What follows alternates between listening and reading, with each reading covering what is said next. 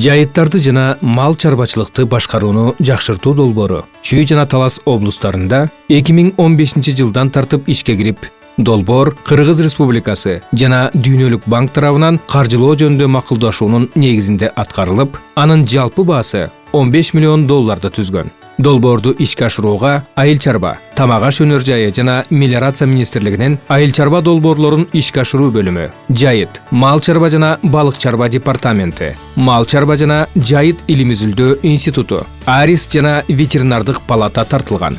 Долбоор жайыттарды башкаруу жана ветеринардык кызматтарды көрсөтүү компоненттери боюнча иш алып барган. Бул долбоор жайыт пайдалануучулар бирикмелеринин институт катары күчтөнүшүнө чоң салым кылды. Жайыттарды башкаруу жана пайдалануу боюнча 5 жылдык жана ар жылдык мөөнөттөгү пландардын бирдиктүү форматын иштеп чыгууда долбоордун кылган жардамы үлгүлүү иштердин бири болуп калды. Бул документтерде баарынан мурда кунары кетип бараткан жайыт участоктарынын аянты, жайыттардын өндүрүмдүүлүгү жана эс алуу мөөнөтү, жайыттарга жүктөмдүн деңгээли, бар болгон мал санынын ара катышы менен мезгил боюнча жайыт жерлеринин кеңдиги, мал жайуунун графиги жана планы аныкталат. Жайыт комитеттери долбоордун консультанттарынын жардамы менен даярдалган даяр пландарды гана албастан, эң негизгиси, алар иштеп чыгуу процессине да катышып, ушул сыяктуу документтерди даярдоодо чыныгы көндүмдөргө ээ боло алышты. Мындан кийинки пландарды жайыт комитеттери эми өз алдынча жазышат. Долбоор тарабынан кошумча катары жайыт өсүмдүктөрүнүн мүнөздөмөлөрү боюнча жайыттарга мониторинг жүргүзүү, бюджет түзүү, жалпысынан жайыттарды башкаруу жана пайдалануу боюнча пландарды иштеп чыгуу тууралуу окутуучу видеороликтер чыгарылган. Айыл өкмөтү менен жайыт комитеттин мүчөлөрү менен депутаттар менен кеңешип, ушул жана биз айтып аткан көпөрө, капташтарды болгонго аракет кылдык да. Анан эми кийинки 5 жылдыкта буйрса ушул мал чарбасын жакшы өнүктүрүүгө, жакшы шарт малчыларга, фермерлерге жакшы шарт кошууга аракет кылып атабыз да. Жайыт комитеттеринин жана жергиликтүү өз алдынча башкаруу органдарынын өкүлдөрү жайыттарды башкаруу боюнча өздөрүнүн иш билгилигин жогорулаткан. Бул жаатта долбоор тарабынан 120дан ашуун тренинг өткөрүлгөн. Акыркы жылдары эгерде биз ошол жанагы жайыт реформасы деп ошо мыйзамга алынгандан кийин айтып атабыз, бир 7-8 жылдын ичинде биздин жайыт пайдалануучулардын эң негизгиси ошо жайыттарга биз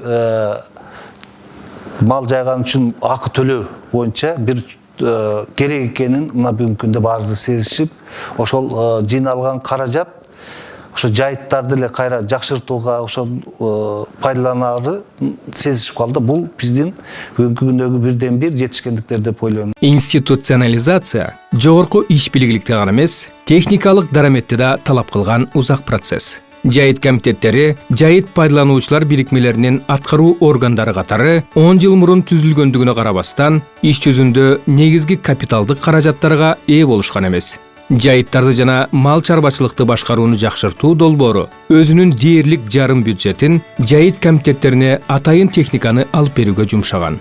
Жалпысынан Чүй жана Талас облустарындагы жайыт комитеттеринин 400дөй демилгесине грант каражаттары бөлүнүп берилген. Мына жалпысынан Чүй Талас областарында ошол жайыт комитеттерине, жайыт пайдалануучулар бирикмелерине $6,5 миллион гранттарды берүү каралган. Мына ушул акча каражаттарына алар өз кезегинде алар ошол жайыттарга бараткан жолдорду оңдоо, жайыттарга бараткан көпүрөлөрдү оңдоо, ошол көпүрө жолдорду оңдоо үчүн атайын техникаларды, оор техникаларды сатып алып туруп ишке киргизишип атат. Мына ошонун негизинде бир топ жолдор оңолуп, алыскы ошол жайыт пайдалануучулар, мал ээлелери жете албай аткан жайыттарга барып, бир топ жакшы жумуштар жасалып атат. Жайыт пайдалануучулар бирикмелери да четте турган эмес. Алардын накталай акчалары, эмгектери жана материалдары менен кылынган салымы микродолбоор наркынын 25%дан кем эмесин түзгөн.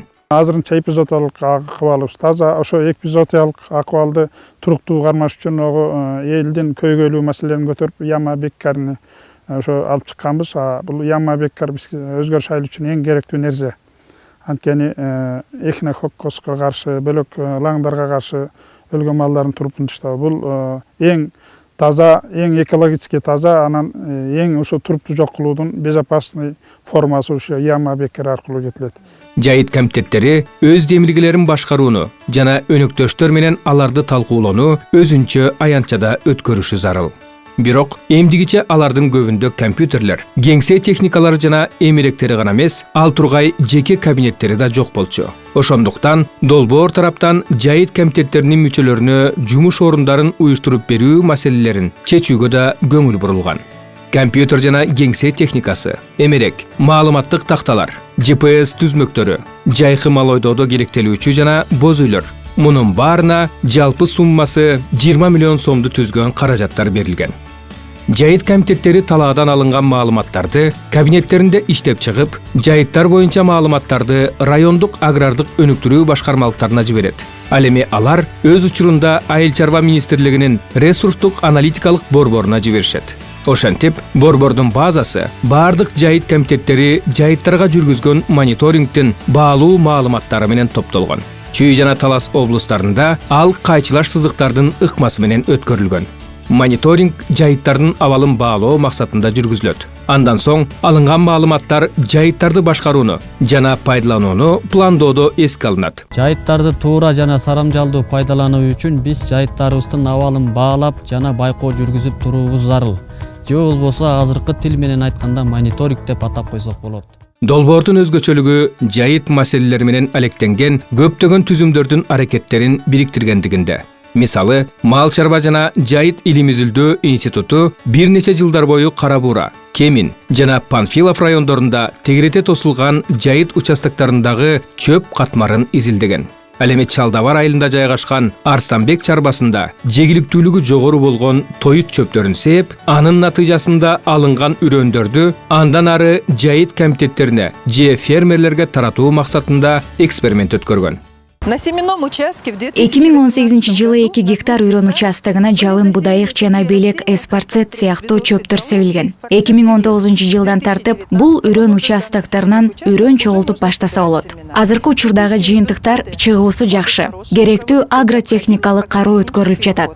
Ушул эле райондордун ичинен изилдөөлөрдү жүргүзүү максатында долбоор тараптан чарбалар тандалып алынган. Анын натыйжасында малды жайыттарга жаюуда алардын ден соолугуна канчалык таасир болоору көрүнмөк. Жалпысынан 60 жаш мүйүздүү бодомал колдонулган.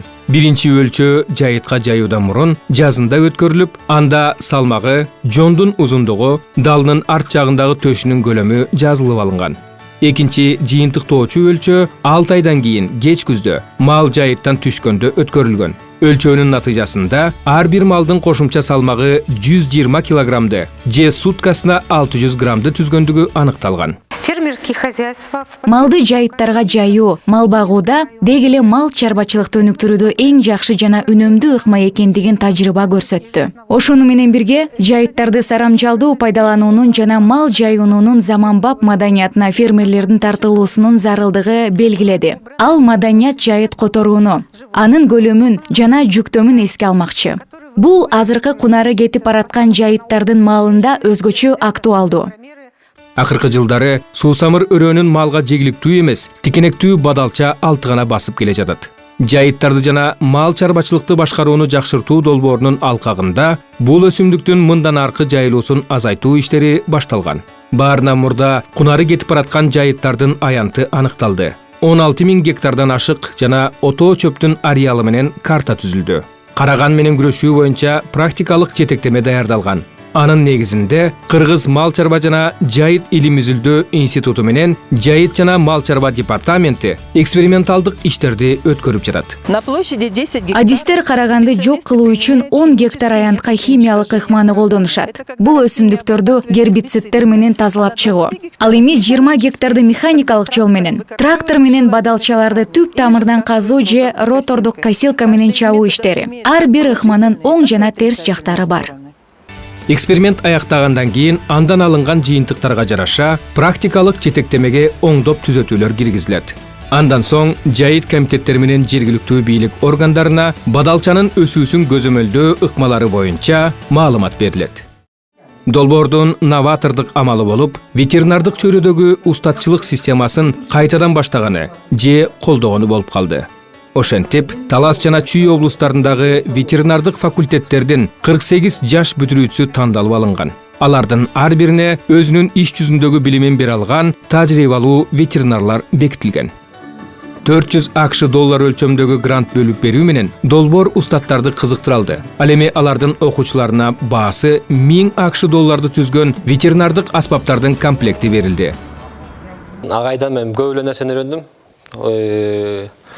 Практикага жүзүндө бир топ уйлардан, например, жаз күз профилактика кылып турабыз, вакцинация кылып турабыз, кандарын алып текшерип турабыз. Мен ушу долбоорду катышкандан бери пайдасы аябай эле чоң болду. Көп анча-мынча билбеген эмелерди практика жүзүндө үйрөндүм агайдан. Кудайым буйруса алдыда уже өз алдымча иштеп кетем деген үмүттөрүм чоң. Иштеп кете алам деп ишенем да өзүмө. Булар азыр ушул ветеринария системасы кайра жанданганына байланыштуу кызыгып келип атат. Ошондой эле бизди жанагы долбоордон каржылаган инструменттер булар үчүн да абдан керек. Потому что булар өз жанынан азыр сатып алууга кыйын. А долбоордун эсебинен ушулар сатылып берилди. Булар ошого кызыктар болуп иштегенге мүмкүнчүлүк алып атат. Мындан тышкары долбоор иштеп жаткан 280 жеке ветеринарга колдоо көрсөттү. Аларга жалпы суммасы 420 000 ақш доллар же ар бирине 1500 ақш долларды түзгөн ветеринардык аспаптар берилген. Муздаткычтар, термоконтейнерлер, тастыктамаланган препараттар жана башкалар. Жеке ветеринарлардын 12 райондук бирикмелерине кеңсе жабдуулары жана эмелектери берилди. Ошондой эле ветеринарлардын квалификациясын жогорулатуу боюнча үзгүлтүксүз тренингтер өткөрүлүп жатты. Ветеринардык палатанын маалыматтары көрсөткөндөй, ушундай колдоонун аркасы менен бир нече жыл ичинде жеке ветеринарлардын саны 70%га өскөн. Ушул проекттин алкагында ветеринардык палата жеке ветврачтардын билим деңгээлин жогорулатуу, алардын кесиптик дараметин жогорулатуу боюнча бир топ иштерди алып барып атат. Бул иштер негизинен ошо жеке ветеринарлардын кесиптик багыттагы тренингдерди өткөрүү, малдын оорусуна арналган бир топ модулдарды даярдап, жерлерде семинар тренингдерди уюштурулуп жатат. Акыркы жылдарда мындай тренингдердин саны 10дан ашты. Алардын арасында эң негизгиси болуп, айыл жеринде малдын ден соолугун коргоо планын түзүү, принциптерин өзгөртүү болду. Кыргызстандын айыл чарбасынын негизги багыты мал чарбачылыгы. Ошол себептен жайыттарды сарамжалдуу пайдалануу өтө зарыл. Жайыттарды жана мал чарбачылыкты башкарууну жакшыртуу долбоору тарабынан чоң салым кылынып, көптөгөн көйгөйлөр чечилүүдө. Эми долбоордун эң негизги жеткирген эмеси максаты ошол буга чейин 3-4 жыл ортосунда долбоор башталганга чейин жайыт псиүү долбоор бүткөндөн кийин ортосунда 3-4 жыл вакуум болуп калганда 2-3 жыл. Ошол убакта жайыт комитеттер өзү менен өзү болуп эле көп иштер кичине жылбай токтогонсуп калганда, эми азыр мына долбоордун алкагында көп иштер астыга жылды, аларга стимул болду. Ушундай окшогон көйгөйлөрдү азыр чечилип жатат да жерлерде. Жайыттарды жана мал чарбачылыкты башкарууну жакшыртуу долбоору бардык иштердин акыркы этабында. Жайыт комитеттер жана жеке ветеринарлар көрсөткөн кызматтар менен бенефициарлардын канааттангандыгын баалоочу аспаптарды иштеп чыккан.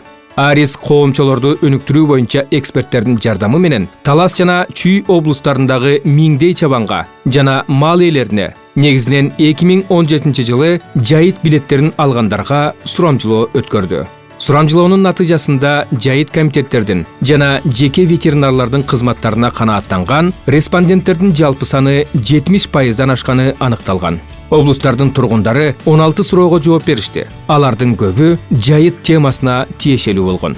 Айрыкча, мисалы, жайыттарды башкаруунун планын кантип даярдалганына алар канааттаныштыбы? Микродолбоорлор адилеттик менен тандап алындыбы? Жайыт комитеттерине дайындалган башчыларга канааттаныштыбы? Сурамжылоодон алынган жакшы жооптор жайыт комитеттери пландарды иштеп чыгууда, жайыт пайдалануучуларды мобилизациялоодо, микродолбоорлорду тандап алууда жана башка багыттарда сапаттуу иш алып баргандыгын далилдейт. Бул изилдөө долбоордун жабылышынын алдында өткөрүлө турган финалдык этаптын башталышы гана. Бирок азыртадан эле жайыттарды жана мал чарбачылыкты башкарууну жакшыртуу долбоору өзүнүн көздөгөн индикаторлоруна жеткендигин, ал эми жайыт комитеттердин ишмердиги жайыт пайдалануучулардын жардамы менен туруктуу болуп бараткандыгын далилдей алат.